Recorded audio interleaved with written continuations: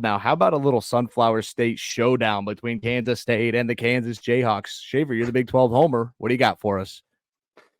Well, hopefully Jason Bean plays because they're going to need him in order to snap the losing streak. Kansas is on a 14-game losing skid in this rivalry.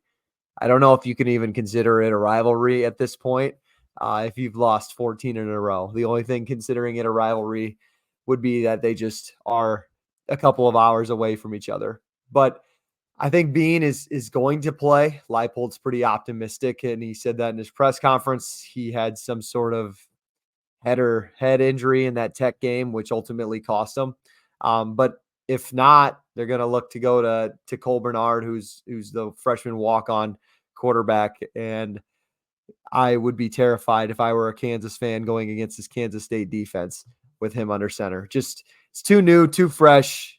He just doesn't have the skill. He's a walk-on for a reason. That's just a bad spot.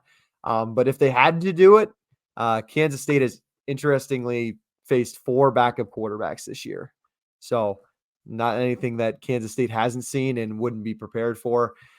Will Howard's just been rock solid ever since that Avery Johnson game against Texas Tech. I'm almost leaning like it was an injury at this point on why he didn't play for those couple of weeks, but because he's been rock solid again ever since. And I think he's going to have a successful day against Kansas in that defense. Well, the biggest interesting factor when I look at this game is like the running back duos for each team. Which team has a better day on the ground? I think that will implicate who's going to win this football game. You have DJ Giddens and Trayshawn Ward out of Kansas State. You got Devin Neal, the speed back, and Daniel Highshaw, the power back for Kansas.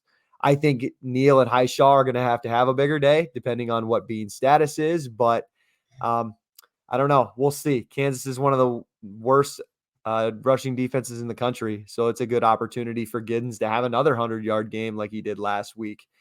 Knowing what I know at this point, this is probably the toughest line we've been given so far.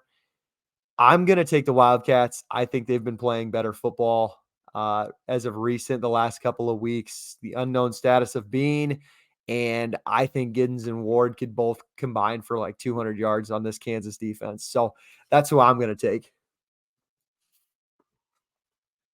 As soon as I get myself off mute here, Reese, what do you think on that one? Well, my pick's going to be coming later. Schaefer said a stat that that was music to my ears, but I got a pick coming for this one later. All right. Never mind. Parks, how about you? Yeah, what a weird spot for Kansas last week to lose. Did somebody call it? I can't remember. It might have been like an extremely handsome guy on this podcast. I just can't remember. But what a weird spot for them. I wasn't on the pod last week, Cam. Oh, yeah. I know you got cooked, though. I'm surprised you haven't brought but anyway, it's true. The Kansas, anyway, lost last week to Texas Tech, for all of you living under a rock. And Texas Tech's a good team, man. They had weapons on the outside. It was a team that we were all 4 high on in the preseason. So don't think that now this Kansas team is awful, as Jake might tell you. But they're coming in against a Kansas State team that is a little bit of a different animal late in the year. I mean, these guys have experience. It's the defending Big 12 champion.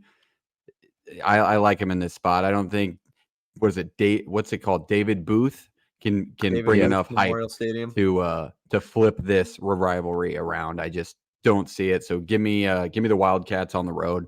I'm going to believe in Will Howard until he proves me different. Yeah, clean sweep on the board again there. I'll take Kansas State as well. I don't know.